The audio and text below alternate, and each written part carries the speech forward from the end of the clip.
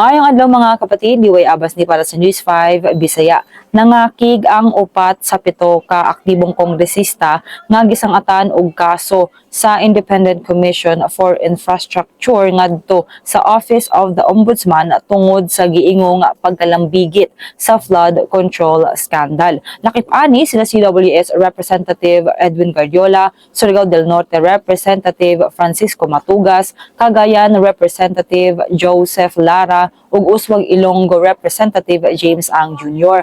nga nagpanghimatuod nga wala sila gitago ug andam silang moatumang sa investigasyon. Wala pay pahayag gikan sa uban pang mga kongresista nga nalambigit sa kaso. Gahapon giingon ni Ombudsman Boyeng Rimulya nga mga napulo ka porsyento sa mga kongresista ang kasamtangang giimbestigahan busa posible nga mudaghan pa ang mga mamabatas nga kasuhan. Sumala ni House Speaker Bogie D, girespeto sa Kamara ang mandato sa ICI ug magtinabangay sila sa investigasyon. Kini sa mga atong update, magpadayon na sa pagbantay sa social media pages sa News 5 para sa uban pa mga balita ug update.